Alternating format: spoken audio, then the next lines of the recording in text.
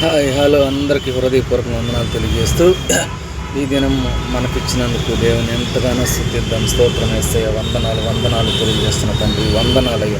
మీరు కూడా చెప్పండి, వందనాలు చెప్పండి. యేసయ్యకు వందనాలు, స్తోత్రం యేసయ్య. ఈ దినం మాకు ఇచ్చినందుకు వందనాలు తండ్రి, స్తోత్రాలు.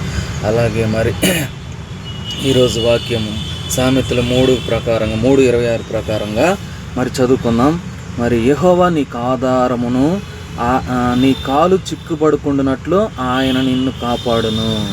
ఇక్కడ ఏమంటున్నాడంటే, యెహోవా నీకు ఆధారమగును, నీ కాలు చిక్కుపడుకుండునట్లు ఆయన నిన్ను కాపాడును.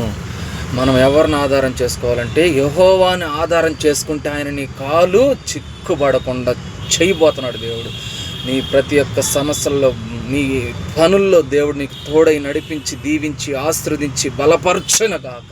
ఈ దినమంతా దేవుడు నీ కాలు చిక్కుపడకుండా కాచి కాపాడును గాక.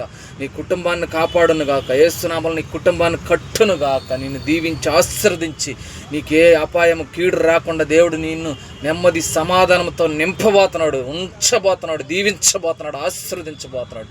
నిన్ను బలపరిచే యెహోవా నేను సెలవిస్తున్నాడు.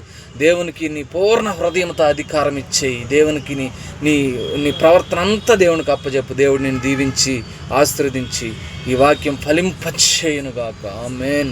Praise the lord.